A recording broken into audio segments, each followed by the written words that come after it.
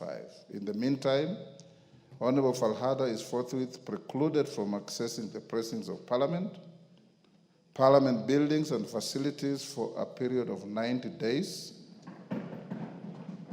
save on the day and time when she will deliver her written explanation to the Speaker, in which case she must be escorted by a sergeant at arms.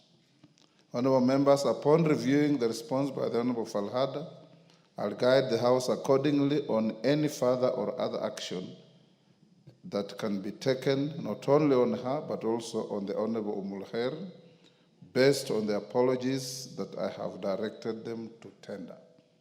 Having said that, honorable members, I shudder that at the fact that the recording of the video of the altercation between the two honorable members is claimed to have been done by a sitting member of this House. Should the claim be ascertained, it will also attract the sanctions under Parliamentary Powers and Privileges Act, Cap 6. Nonetheless, I hasten to caution members to resist the temptation of falling into such abhorrent behavior. Honorable members, I've told you before, sitting in my chamber, I've watched some members here filming the proceedings of this House. And I did call one member and cautioned him because the Speaker then on the chair did not notice. Let's avoid this kind of unhelpful behavior. I wish to remind all honorable members that rule number 4 of the Speaker's rules places the responsibility of the conduct of a visitor on the member who invites such a visitor to Parliament. So when you bring in any visitor, lawyers will know there is a doctrine called Raylands versus Fletcher. Automatically applies that if you collect and keep any dangerous animal, substance, or material, and such material, animal, or substance harms people, you are directly responsible for any such harm. I therefore request members to assist in pardon? It's called the doctrine of Raylands versus Fletcher.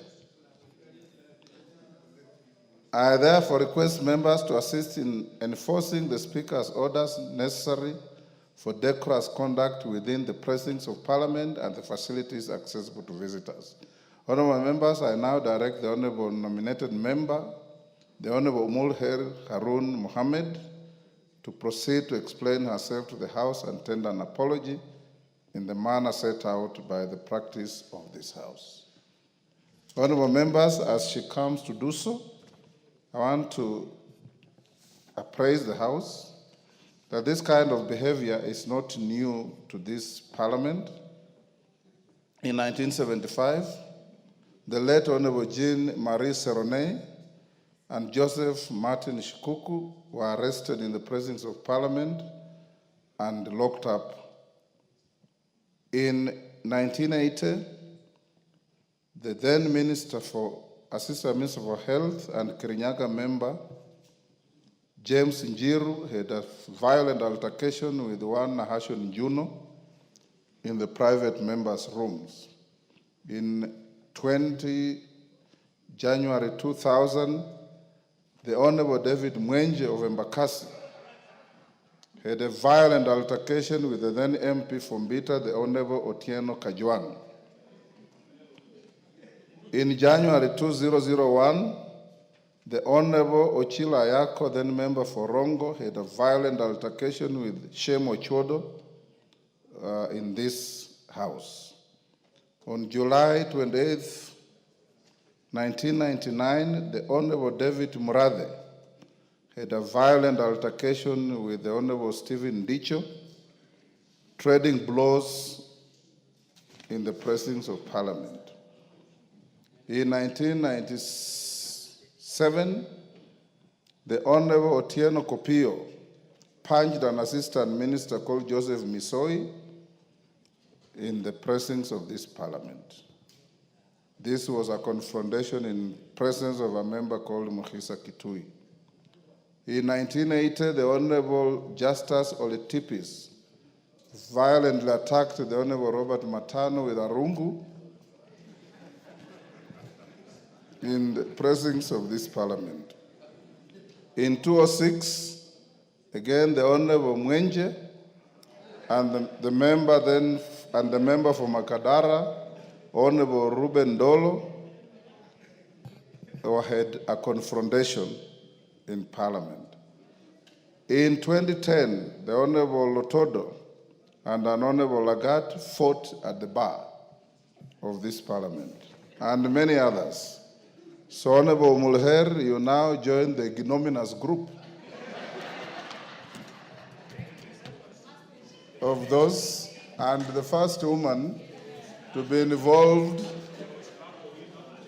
in a violent altercation in Parliament. Of course, I have skipped Honorable Babo Wino and Jaguar had a violent confrontation and altercation in this House.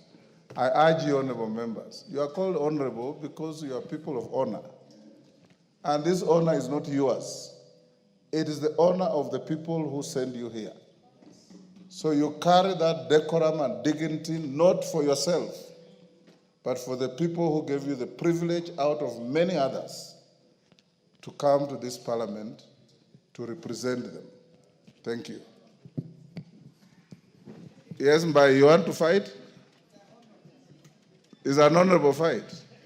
Yes, Umulher, you will hear her in silence.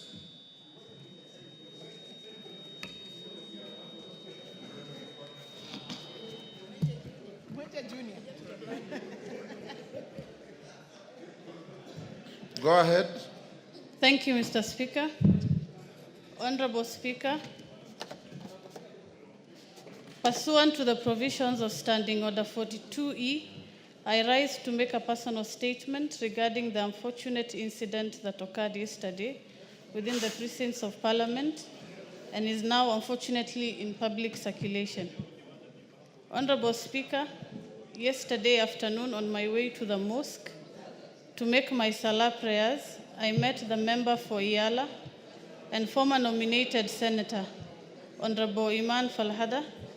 A colleague in this House met me and the Honorable Falhada and requested us to have a talk and catch up as we took an afternoon cup of tea. During our conversation, I inquired from Honorable Falhada about incidences where she had personally attacked me and abused me in public forums and social media, as well as extending her verbal insults to my extended family. I was seeking audience with her to find a truth, not anticipating that she would throw a cup of tea at me, an incident that blindsided me. Honorable Speaker, however, at the spur of the moment, what was to be a normal conversation turned ugly. Honorable Falhada publicly attacked me, and it took the intervention of other persons to stop her, hence the unfortunate incident yesterday afternoon. I wish to sincerely apologize to this House and the public for the incident and regret yesterday's events. Honorable Speaker, in my 28 years of life, I have never been involved in any fight, and I feel bad for what happened yesterday as a member of this House and as a Muslim woman. I wish to go on record that I hold the dignity of this House and the public in high esteem, and I apologize and regret yesterday's unfortunate incident. I apologize to my aggressor, Honorable Falhada, for the uncalled attack against myself and my family. My oath of office that I took behooves me to walk away, even when justified to respond. Honorable Speaker, I also wish to thank my colleagues and everyone who called me after the incident and offered words of guidance and wisdom. I'm forever grateful, and I will hold your close words of guidance, and I take lessons of yesterday's incidents in stride. Honorable Speaker, allow me to also express disappointment by those who took advantage of the unfortunate incident and decided to record and share with the public one of my lowest moments in life, and especially as a woman. Low moments are inevitable for every human being under the sun, and mine was yesterday. This reality calls upon us to extend arms and rather,